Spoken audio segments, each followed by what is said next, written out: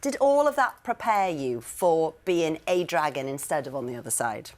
It did, because for the last 10 years I've run a business and it's grown a bit. And so, I've learnt a lot, and I learnt on the hoof, as it were. You know, I'd started much younger, little entrepreneurial things from 16. Yeah. But this was, I think everything led to this.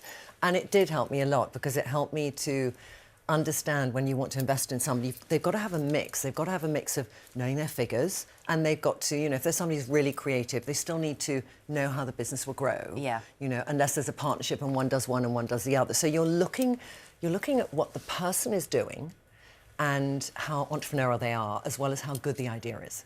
Yeah, and I know you said that you wanted to bring to the Den, you know, not just to help people, but to inspire them as well. Tell us a little bit about Laura.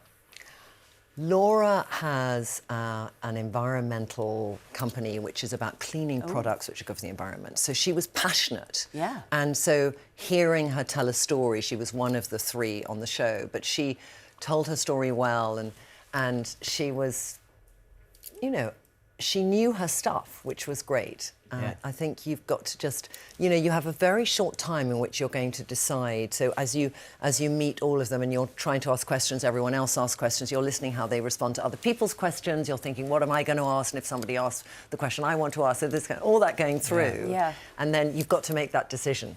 Yeah, well, I mean, Laura certainly got Trinny talking with her fellow dragons. Here she is, making her mark in the Den with Tuka, talking about her direct-to-consumer business. That's D2C for those in the know. There you go.